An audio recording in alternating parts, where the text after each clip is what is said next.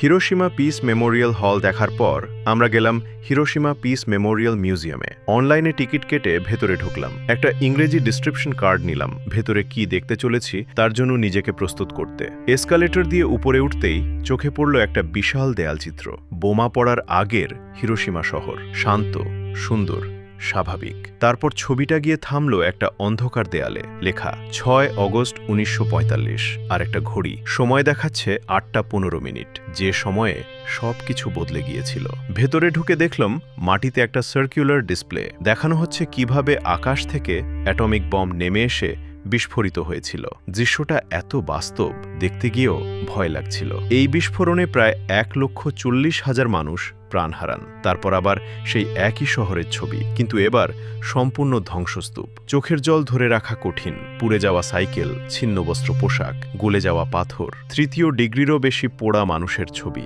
শব্দ হারিয়ে যায়। এটা শুধু ইতিহাস নয়, এটা মানবতার একটা ক্ষত। বাইরে এসে দেখলাম ফ্লেম অফ পিস, যা জ্বলছে পৃথিবীতে শেষ পরমাণু অস্ত্র না থাকা পর্যন্ত। আর সামনে দাঁড়িয়ে আছে অ্যাটমিক বম ডোম, নীরব সাক্ষী সেই দিনের। আজকের শট এখানেই শেষ। কিছু জায়গা শুধু দেখা যায় না, অনুভব করতে হয়। See you in the next blog.